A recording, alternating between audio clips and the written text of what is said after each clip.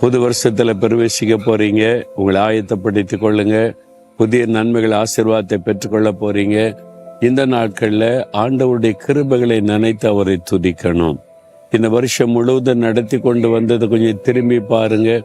ஜனவரி மாதத்திலிருந்து இதுவரைக்கும் எத்தனை பாடு, உபத்திரவம், ஆபத்துகள், நெருக்கங்கள் எல்லாவற்றிலும் ஆண்டவர் அற்புதமாய் நடத்தி கொண்டு வந்தார்ல. அதெல்லாம் நினைத்து ஆண்டவரை நம்ம துதிக்கணும்.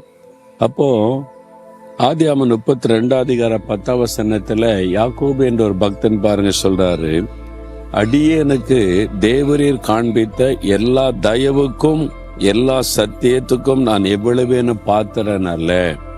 ஆண்டவருக்கு முன்னால அவர் சொல்றாரு, நீர் என்னை நடத்தி கொண்டு வந்த பாதையை திரும்பி பார்க்கிறேன். நான் ஒரு கோலோட நான் அந்த இடத்தை விட்டு போனேன். இன்னைக்கு எனக்கு இவ்வளவு ஆசீர்வாதம் தந்திருக்கிறீங்க. மனைவி, பிள்ளைகள், சொத்துக்கள், இவ்வளவு காரியம் தந்திருக்கிறீங்க. ஒண்ணுமில்லாத நிலைமையிலிருந்து தேவன் என்னெல்லாம் தந்திருக்கிறாரு.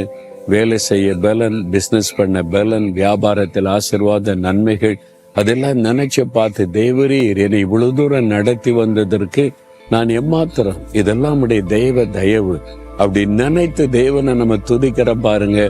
ஆண்டவருடைய உள்ள மகிழும். அது புது வருஷத்துக்கான ஒரு ஆயத்தம். ஆண்டவரை பார்த்து சொல்றீங்களா, ஆண்டவரே நீர் என்னை இம்மட்டம் நடத்தி வந்ததற்கு நான் எம்மாத்திரம். ஆண்டவரே என் குடும்பம் எம்மாத்திரம். இவ்வளவு பெரிய ஆசீர்வாதத்தை கொடுத்தீங்க, பாதுகாப்பு கொடுத்தீங்க, நன்மை கொடுத்தீங்க. இந்த தயவை நீர் எனக்கு காண்பதற்கு நான் எம்மாத்திரம். உம்முடைய கிருபையை நினைத்து உம்மை துதிக்கிறேன். இயேசுவின் நாமத்தில் ஆமேன், ஆமேன்.